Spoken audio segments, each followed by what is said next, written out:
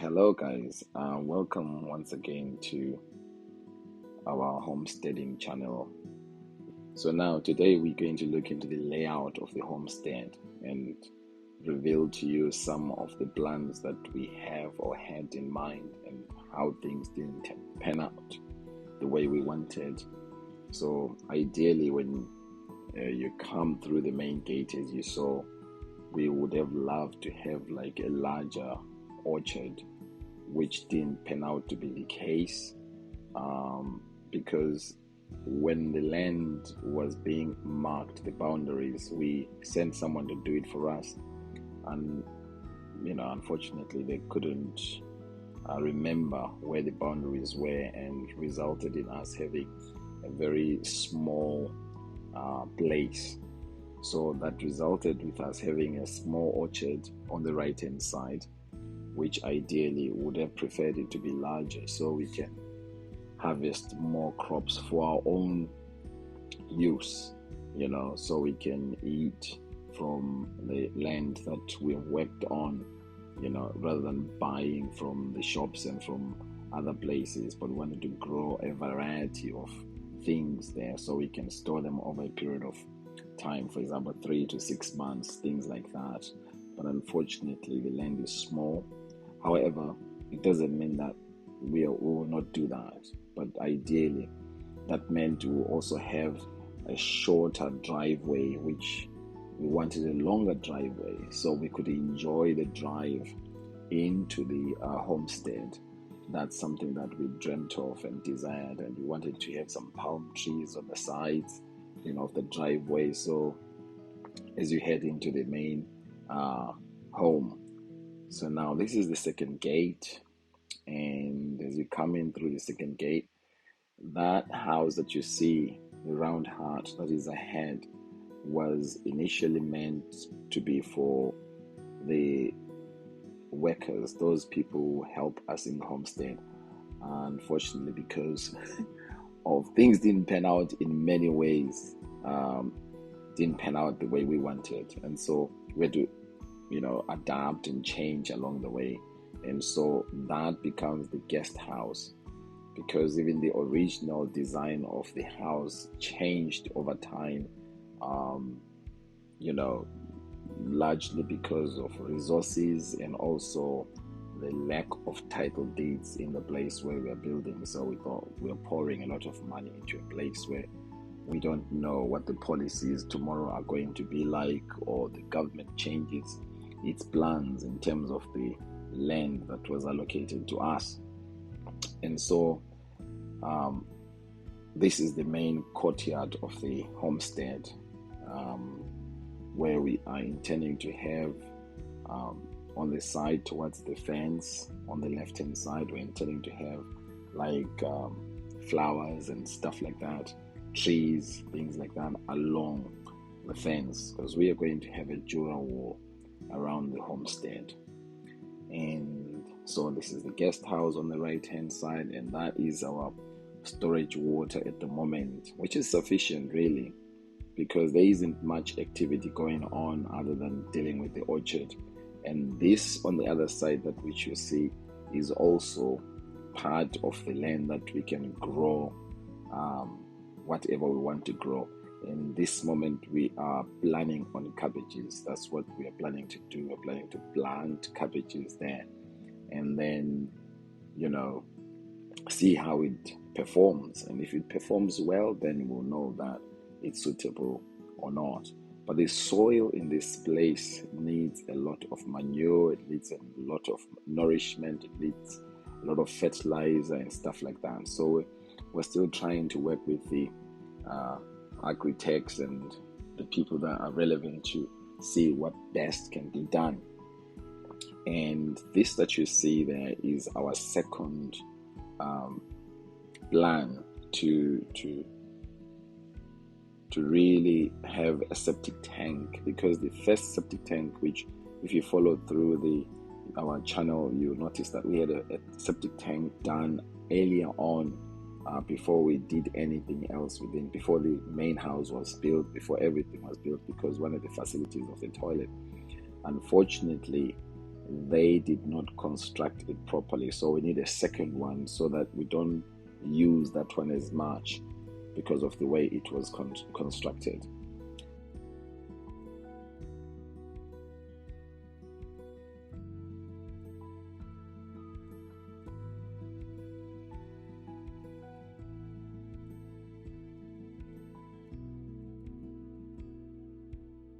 And also now moving on, you see that there's a dog kennel that is on the right hand side, and a better view of where we want to plant cabbages. This is the workers' place, but they don't stay here at the moment. They don't stay here in that wooden hut. They stay in the garage. So just in case some people decide to complain and moan about the state of the wooden house, they say, how can you let someone stay in there, etc., etc. But that's the best we could do at the moment. And also our chicken run there, that's the upcoming, that we are trying to get things done there, get some chickens. I think at the moment we've got about 39 chickens, including the chicks, altogether, if I'm not mistaken. And it's working pretty much well. So hopefully this will expand and will be better. We're lacking management. That's one of the things that is quite a challenge when you are far away, from home, is that people work when you're there, and when you're not there, they don't work, or they'll feed you with something that is totally different to what actually is happening on the ground. But at the moment, we haven't been having so many problems because there isn't much projects that's going on there except the building of the house, which has come to the roofing level, and it's a 4-bedroomed house, and with one principal bedroom and 3 other bedrooms, and the other one, which is quite large, can fit in. It's more like a double bedroom, so to speak. So it's very large, and the video really doesn't show how massive this house is. Of course, there's some bit of landscaping, just to make sure when the house is complete, we are not starting everything from scratch. We have some bit of mature things here and there going on. So this is the main sort of like area for the home, where we can receive everyone, like visitors, where we can sit, chill out and everything. And this one is our hide spot. We call it the sunken lounge. It's our hiding spot with my spouse and our family, where we can sit there and chillax. No TV, no gadgets, nothing. Just sit there and relax and enjoy the cool place. So all here that you see, it's going to be bifolding doors throughout. Where you see there is no solid wall, we're going to have windows, some sort of window framing, whether bifold doors or some fancy windows of some sort. That is what we will do. This is quite larger than what it seems, and that is the kitchen you just saw. I think the video is moving too fast, so I can't keep up really to explain what is going on. But this is the main corridor that leads to the first. There is the pantry, and then that's the pantry, and then we have the main bathroom, toilet for everybody, because most of the other bedrooms are just en suite. And then this is the massive double bedroom I was talking about. It's not as narrow as it looks, and it's quite massive, hence the massive window or that you see there, because this place, this room really is very huge. Now, ideally we wanted high ceilings, but then again, some things, when they happen and you're not there, it's quite costly to undo that. So, but we are okay with it, because the ceiling will make it cooler anyway. And so as you move further back into the house, on the left hand side, There's 2 bedrooms that share a bathroom, that share a toilet.